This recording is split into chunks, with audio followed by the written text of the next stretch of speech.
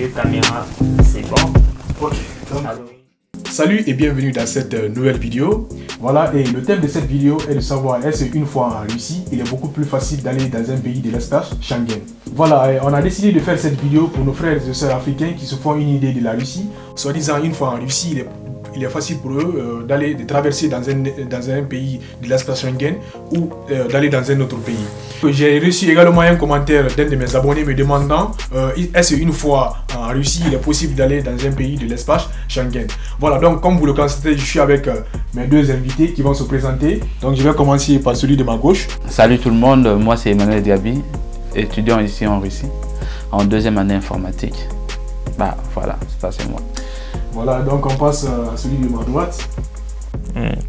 Ok, salut à tout le monde, moi je suis camerounais, je m'appelle Aloïs, je suis en deuxième année web marketing, je vis à Voronezh, ça fait déjà 3 ans déjà, donc je vais essayer de vous apporter ma petite lumière sur mon vécu et sur ce que je sais en fait, donc voilà. C'est un peu ça. Voilà, mes deux invités se sont présentés. Donc, pour ceux qui veulent vraiment nous soutenir et nous encourager à faire encore beaucoup plus de vidéos, sachez que à chaque fois qu'on a un nouvel abonné, ça nous encourage et ça nous donne beaucoup plus de motivation à faire de nouvelles vidéos. Donc, ceux qui ne se sont pas encore abonnés à la chaîne, il est temps de vous abonner à la chaîne et d'activer la cloche de notification. Partagez nos vidéos pour qu'on puisse avoir beaucoup plus d'abonnés. Voilà, donc on attend vos commentaires. Voilà, donc pour ceux qui veulent encore savoir certaines informations sur la Russie, comment se passent les études ici, et si vous avez des questions personnelles, n'oubliez pas de laisser dans les commentaires. Je prendrai note et je ferai aussi des vidéos sur ce que vous allez donner dans les commentaires. La question n'est pas de savoir est-ce qu'il est possible d'aller dans l'espace Schengen. C'est bien sûr possible. Une fois en Russie, il est possible d'aller dans un pays de l'espace Schengen.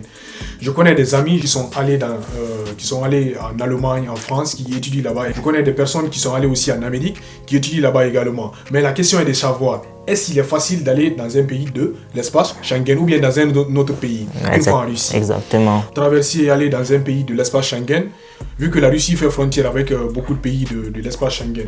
Donc moi, ce que je peux d'abord dire sur ce point, c'est de enlever cette idée de vos têtes. Au fait, le truc, c'est pas impossible, mais c'est très très compliqué. Parce que tous vos faits et gestes, tout est contrôlé, tout est surveillé.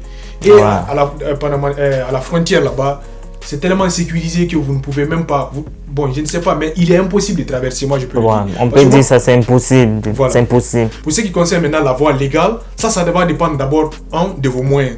Si tu as des moyens, tu as beaucoup de moyens, il est possible pour toi. Maintenant, le second point, c'est de savoir l'université dans laquelle tu étudies. Parce que ici, une fois que tu es étudiant, tu étudies dans une université.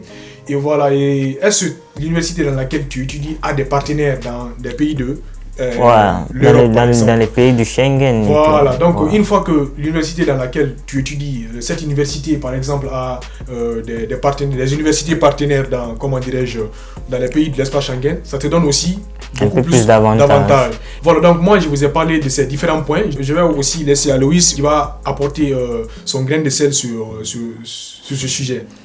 Ouais, en fait, pour commencer avant tout, salut à tout le monde. Bon, enfin, nos frères africains, bon, nous les étudiants étrangers, souvent la plupart du temps, quand on est encore en Afrique et tout, peut-être on a essayé les visas pour aller ailleurs, on voulait aller peut-être en France, d'autres voulaient aller au Canada, d'autres voulaient aller, je sais pas trop, en Belgique, Suisse, et puis enfin, ça n'a pas marché, quoi. Et puis, bon, étant donné que les procédures aussi de visa sont souvent un peu compliquées dans les pays Schengen et tout, et puis bon, on voit l'opportunité de la Russie, on se dit bon, pourquoi pas, étant donné que c'est facile.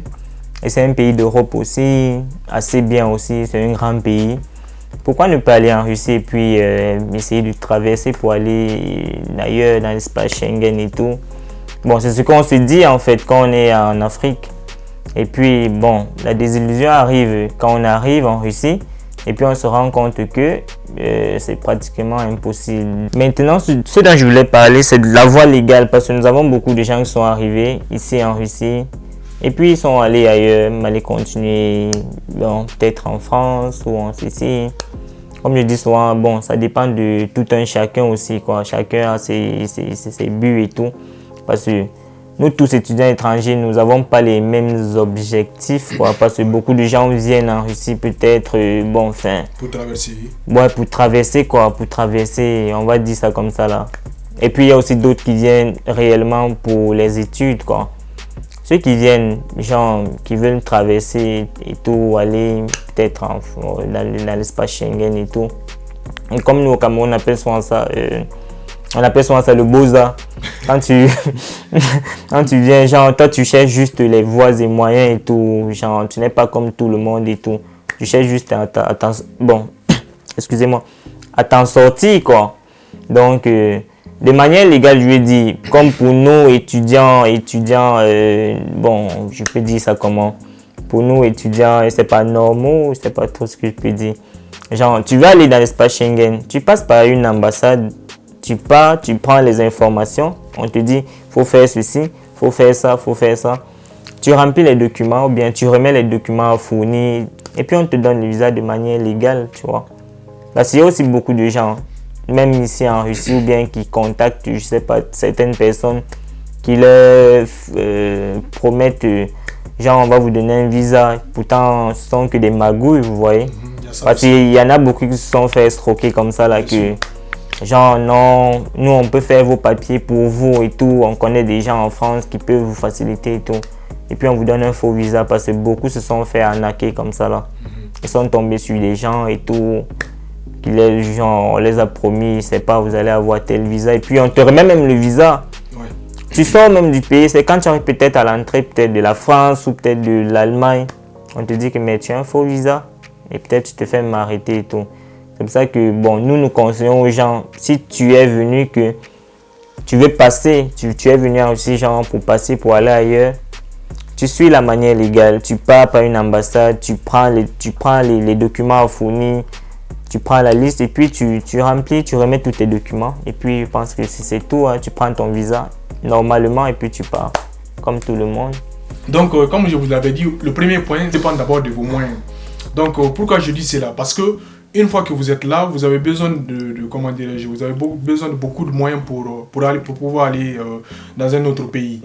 La procédure que tout le monde connaît, par exemple Campus France. Ouais. Voilà, donc Campus France, ça te demande quand même quelques moyens pour aller dans un pays comme la France, par exemple, ou bien dans un pays comme l'Allemagne, l'Angleterre, et parce que ils peuvent pas quand même vous laisser aller dans leur pays pour aller rester comme ça, souffrir quoi, tu vois, non? Si vous avez de l'argent, vous avez tout ce qu'il faut, tout ce qui est nécessaire pour vous d'aller vivre de façon normale dans un autre pays, je crois bien c'est possible, c'est facile pour vous de quitter la Russie et aller dans un pays de l'espace Schengen ou bien dans un autre pays.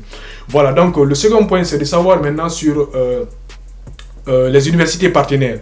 Maintenant, les universités partenaires, ça dépend maintenant des relations qui existent entre l'université dans laquelle tu étudies et l'université partenaire. Si par exemple, il y a ce lien de partenariat entre ton université et une autre université, par exemple, on peut t'octroyer une bourse de 2 ans. Un ami du nom de Lancé Condé, on est venu ensemble en 2017. Maintenant, actuellement, lui, il est en France, il est plus précisément à Paris. Voilà, donc il étudie maintenant là-bas et je ne sais pas c'est pour combien d'années, mais quand même, ce qui reste clair, il est venu faire le génie civil. Il a commencé le génie civil en première année, il a continué la 3e année en France. Un autre ami du nom de Blonde Berité, voilà, donc lui, il était à la fin de son cycle, donc il est allé faire son stage en Allemagne. Il étudiait à l'université des Amitiés du Peuple, Ruden, à Moscou. Il a fait tous les documents qu'il fallait et puis il allait faire son stage. Il a profité même de ce stage, aller maintenant même en France. Il allait dans d'autres pays. Voilà, je connais encore un autre du nom de Alassane qui est allé en Amérique. Voilà, il était là. Lui, il a fait presque tout en ligne. Je ne connais pas la procédure par laquelle il est passé, mais je sais quand même qu'il a fait tous ses dossiers en ligne. Pour l'Amérique, quand même, il faut parler quand même l'anglais. L'anglais, ouais. Voilà, donc lui parlait. C'est la base, quoi. Il a envoyé tous ses dossiers et puis il a eu son visa, il nous a laissé ici. Et le visa c'était électronique ou... Bon, il est allé à Vladivostok pour prendre le visa parce que à Moscou, c'est un peu compliqué. Donc à Moscou, c'est un peu compliqué. Ouais, à Moscou c'est compliqué pour avoir un rendez-vous. Donc il est allé à Vladivostok. Vladivostok c'est presque vers la Chine là-bas là. Wow. C'est très loin d'ici. Par train c'est 2 semaines. Voilà, donc Vladivostok, c'est vraiment le... En fait, c'est un truc qui est un peu décourageant. Il faut avoir aussi le courage de faire tout cela. Donc, et en avion.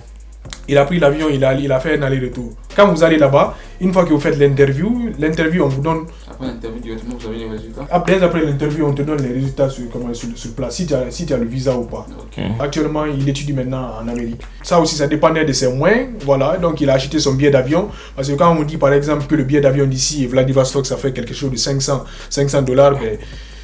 Donc si tu te décourages, si tu n'as pas de moyens, c'est pas facile. Ne vous dites pas que vous allez venir ici pour traverser. Parce que je connais un il est venu ici, il est coincé. Et une fois que vous êtes là, vous êtes coincé, votre visa va expirer. Et une fois que votre visa expire, vous êtes foutu. Même un appartement, on peut pas vous donner. Parce que quand tu veux un appartement, on va te demander tes papiers, ton visa, tout. On va te faire tes documents, une carte, comment dire, un registration. C'est la carte pour savoir où tu vis. Donc, on va te demander plein de documents. Tu vas rester là, tu n'auras même pas un travail. Voilà, donc c'est ça c'est ce que moi je pouvais encore ajouter sur ce sujet. Je sais que Diaby aussi a quelque chose à ajouter sur ce point. Tu vas pas t'asseoir ici devant la caméra. Il faut que tu puisses observer seulement, n'est-ce pas? Ouais, bien sûr. Il faut qu'il ajoute au moins un petit truc. Merci pour la parole. Bon, il n'y a pas tellement grand-chose à rajouter par rapport à ce que vous avez dit. Vous avez presque tout dit, juste que ça se joue c'est du 60-40, tu vois. C'est du 60-40, c'est beaucoup plus un peu compliqué. Même si tu as des moyens, tu vois, comme au pays. C'est comme au pays, parfois tu as des moyens, mais on ne te donne pas le visa, en fait. Ici, maintenant aussi, c'est presque comme ça aussi. Tu peux suivre la légalité, tu vois, dans une ambassade. Tu vas dans une ambassade, tu suis toutes les procédures, et après, tu as toujours un refus. Donc ça arrive, c'est normal. Mais bon, tu peux avoir tout le papier, tout ce qu'on demande et tout, mais après, tu n'as pas toujours les visas. Mais si tu as quand même de la chance et tout, ça va, ça marche. Et puis... Pour avoir un peu plus de facilité d'avoir le visa, bon, c'est mieux d'avoir aussi un diplôme quand tu es venu, tu as terminé peut-être en licence ou en master. Là, tu as un peu plus de chance, quoi. De manière légale, tu demandes ton visa. Parce que quand on sait que tu es étudiant, ils se disent que peut-être ils veulent fuir ce pays. Quand tu vas venir en première année. Tu es en première année, toi tu veux quitter directement. Ils se disent, peut-être ils veulent fuir. Ils voient ça, les ambassades, ils voient ça bizarre. Voilà, donc c'est tout pour cette vidéo.